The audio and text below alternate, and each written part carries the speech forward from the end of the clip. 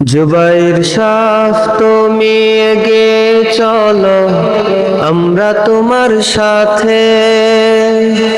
এই এলাকার সকলে চাই তোমার বয়ান শুনতে রে ভাই, তোমার বয়ান শুনতে। নাজমুল সাফ তুমি এগিয়ে চলো, আমরা তোমার সাথে। এই এলাকার সকলেই চাই তোমার বয়ান শুনতে রে ভাই।